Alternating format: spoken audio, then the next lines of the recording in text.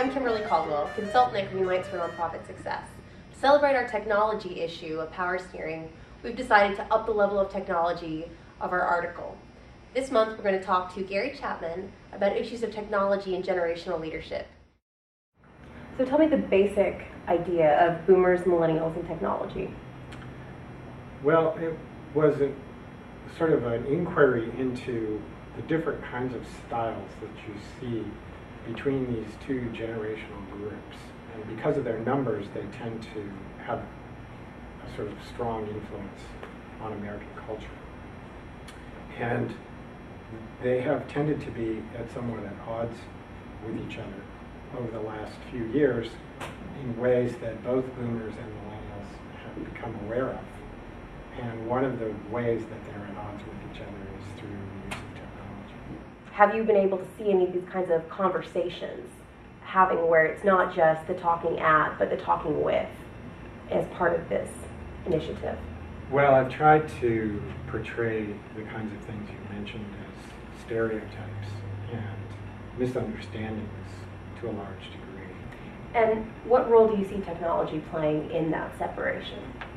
Well, as I've noted in my talk, that millennials grew up with technology, and sometimes people say they're natives to the internet world, and people who are boomers have to discover it.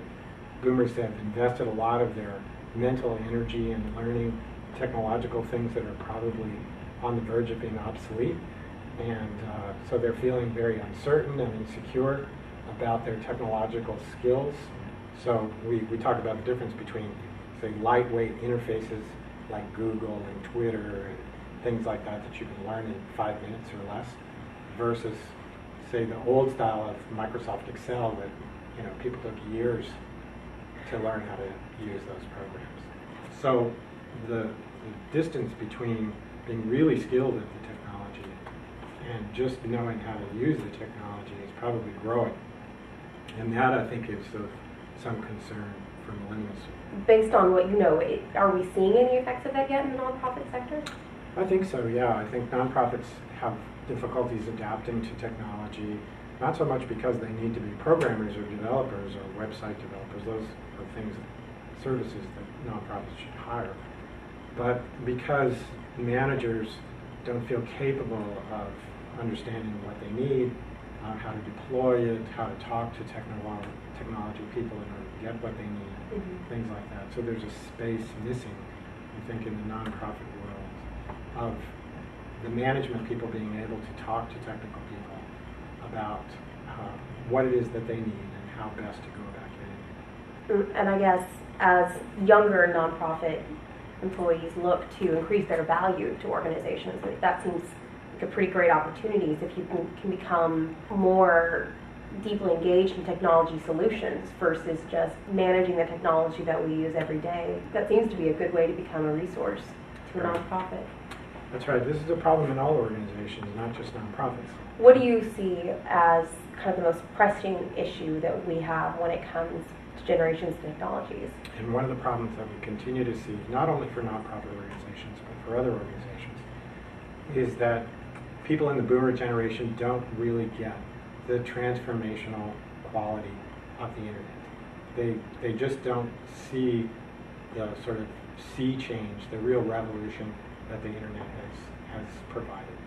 And the way that I summarize that is that we're in this big historic transformation from the bureaucracy being the paradigm of organizations that we've lived with for 200 years to the network being the paradigm of organizations. And this is having a huge impact throughout the world and throughout the economy.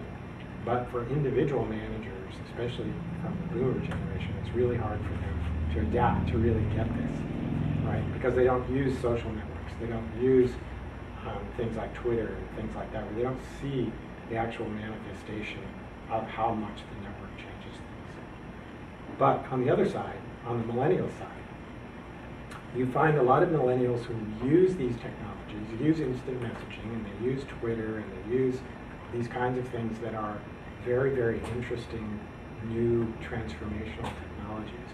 But they're not able to translate those into a strategic plan for the organization, right? They're good at using them, and they use them all the time, but they don't think of them as building into a strategic technology plan for the organization. And that's where I think the boomers and the millennials need to get together to figure out how to work that out. When we in nonprofits are looking at using as the right means to communicate, how do you balance communicating to the different generations as a nonprofit?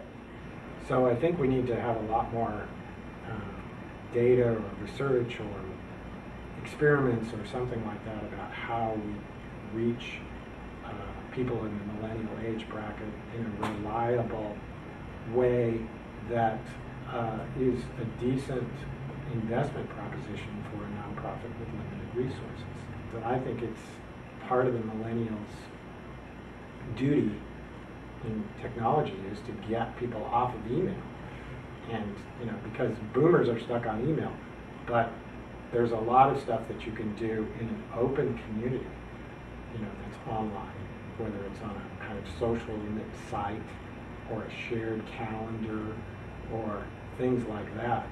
And the boomer will bring all of his or her doubts and problems and fears, and the millennial will bring all of his or her problems and doubts and fears, plus enthusiasm, and you can put those things together. And if those two people can figure out how to do it, then the rest of them should be able to do it. So thank you very much for taking the time to talk to us today, and I look forward to keeping you as part of the fold here at Greenlights. Okay, good, thanks. To hear more from Gary Chapman on generations and technology, attend his session at the 2008 Crossroads Conference for Nonprofit Excellence, September 25th at the Austin Convention Center. Or, to learn more and register online, visit www.greenlights.org. This presentation has been made possible with the support of Bulldog Solutions.